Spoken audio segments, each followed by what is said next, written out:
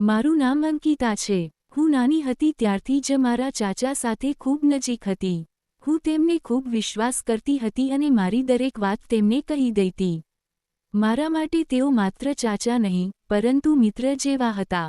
જ્યારે હું મોટી થવા લાગી અને કોલેજમાં દાખલ થઈ, ત્યારે મારી દુનિયા ધીમે ધીમે બદલાવા લાગી.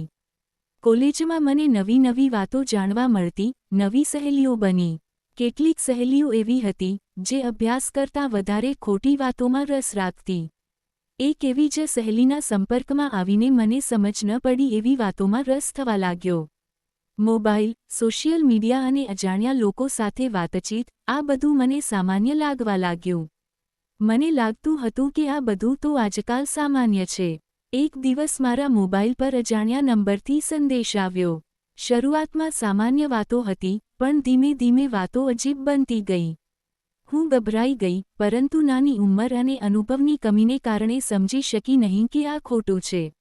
મારા ચાચાએ મારી બદલાયેલી હરકતો ધ્યાનમાં લીધી. તેમણે ગુસ્સો કર્યા વગર ખૂબ સમજદારીથી મારી સાથે વાત કરી. તેમણે મને સમજાવ્યું કે દુનિયામાં દરેક વ્યક્તિ સાચો નથી હોતો, ખાસ કરીને ઇન્ટરનેટ પર. પછી તેમણે મને બતાવ્યું કે જે વ્યક્તિ મારી સાથે વાત કરી રહી હતી, તે મને ફસાવવાનો પ્રયાસ કરી રહ્યો હતો.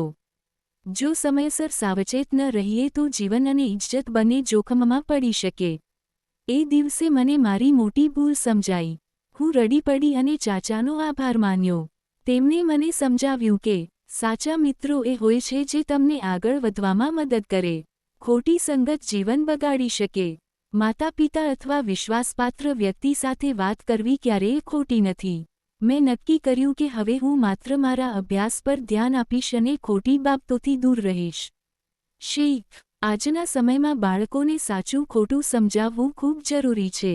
માતાપિતાએ બાળકો સાથે મિત્ર જેવો સંબંધ રાખવો જોઈએ, જેથી બાળકો પોતાની દરેક સમસ્યા નિર્ભય થઈને કહી શકે.